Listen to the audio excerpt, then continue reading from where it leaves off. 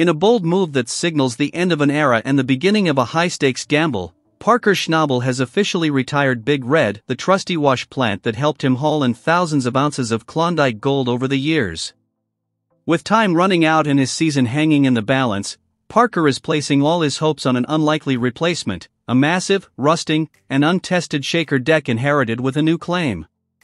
He's dubbed it Rock Gobbler, and it's now the centerpiece of his most desperate mining push yet. At 30 years old, Parker has faced one of the most brutal seasons of his career. Plagued by underperforming ground, soaring operational costs, and equipment breakdowns, he admits this season has pushed him to the limit. Despite early hopes of smashing records thanks to record-high gold prices, reality hit hard. His original 10,000-ounce target was revised down to 8,000, but even that goal now feels out of reach, with just over 6,000 ounces banked. Still, Parker refuses to give up. He's never missed a goal in his 14 years of mining, and he's not about to start now. To claw his way back into contention, Parker has mobilized every crew and every machine. Mitch is running the wash plant Roxanne at the elbow cut, while Bob has been reassigned to the bridge cut. Meanwhile, Parker has made his boldest move of the season, activating a newly acquired claim known as Gold Run. Gold Run isn't just another patch of dirt, it's a historic, 1,100-acre claim with a reputation for riches. First mined in 1898, the ground has already produced nearly 10 tons of gold, worth over $800 million by today's prices. Parker, always one to bet big when the stakes are high, purchased the claim just 2 months ago. He sees it as his last real shot at salvaging the season. Arriving on site, he wasted no time. While most miners were shutting down for the winter, Parker and his crew were just getting started.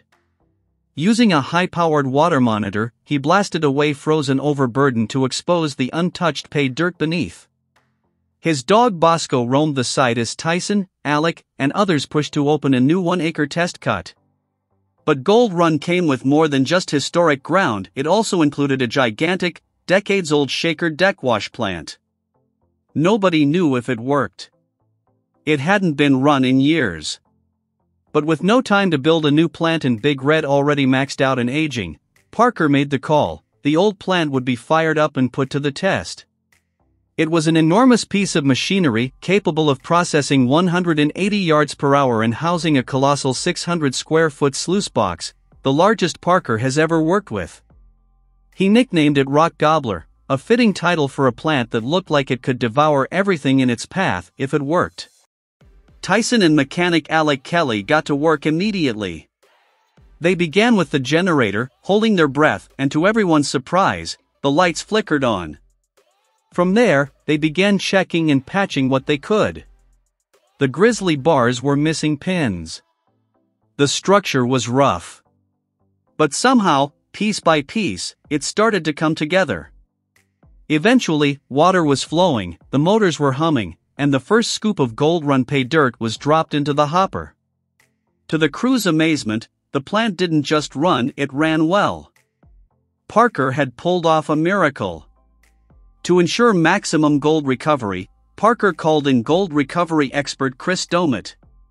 Though unfamiliar with the Rock Gobbler's design, Chris set about fine-tuning the sluice system and adjusting water flow rates. He knew the stakes were high, any loss of gold would be disastrous at this stage. After a few key adjustments, Chris saw immediate improvement. With the sluice box running cleaner and more efficiently, he felt confident the plant could do the job. For a crew used to fine-tuned modern systems, getting a relic like the Rock Gobbler to perform this well was nothing short of impressive. With Rock Gobbler now running alongside Roxanne and the Dominion plants, Parker found himself operating 3 wash plants at once, a first in his career. It was a logistical nightmare, but one he was willing to take on. Every ounce mattered now. The team was stretched to the edge of exhaustion, but they shared Parker's sense of urgency. At Gold Run, Alec and loader operator John Kurtz were feeding the plant with up to 150 yards of paid dirt per hour, far more than expected. Even John admitted he never thought the old plant would run again, but now it was performing beyond expectations. "It's Goblin Rock," he said with a grin. As things began to click into place, Parker climbed into a loader to manage the fine tailings piling up near the plant. For a brief moment, momentum was on their side. Then, without warning, the feed belt stopped cold.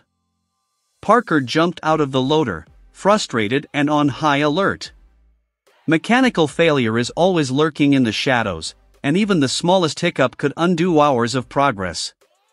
He raced to find the cause, because at this point in the season, there's no time left to waste. As Yukon temperatures drop below freezing, Parker and his crew remain locked in a battle against the clock, the weather, and their own fatigue.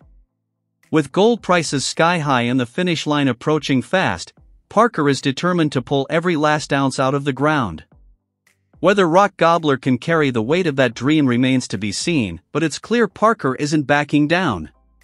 "We've got wash plants on every bit of ground that's still sluiceable," Parker said earlier.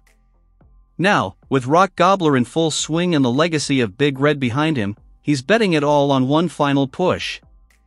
As the mining season draws to a close, Parker Schnabel is in full salvage mode, scraping up every last bit of paid dirt from the fringes of his claim.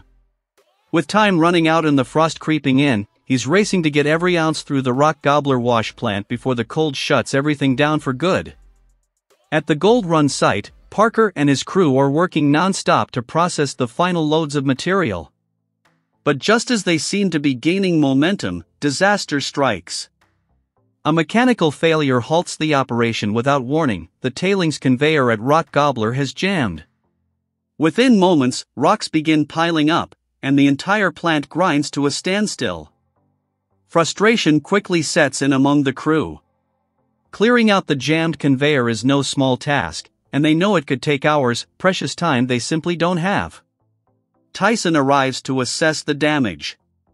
Learning that the conveyor belt is blocked, he wastes no time pushing the team to get the plant back online.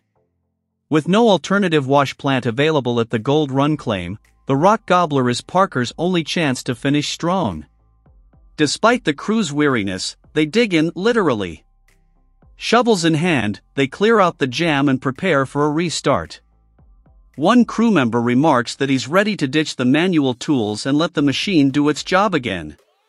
Moments later, the Rock Gobbler roars back to life. The first bucket of paid dirt is dropped into the hopper, and the system begins churning again.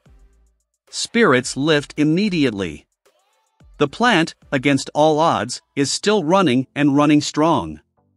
Parker radios in to check on progress, wanting to know if the plant is operational again. He receives confirmation from Alec and John that things are back on track. Relieved, he congratulates the team for getting the job done, reminding them that a few rocks aren't going to stop their operation this late in the game. At this stage of the season, every ounce of gold still in the ground has to be earned the hard way. But Parker's crew is as determined as ever. With the Rock Gobbler back in motion and no room left for setbacks, they're fighting to the very last yard to keep Parker's gold dream alive.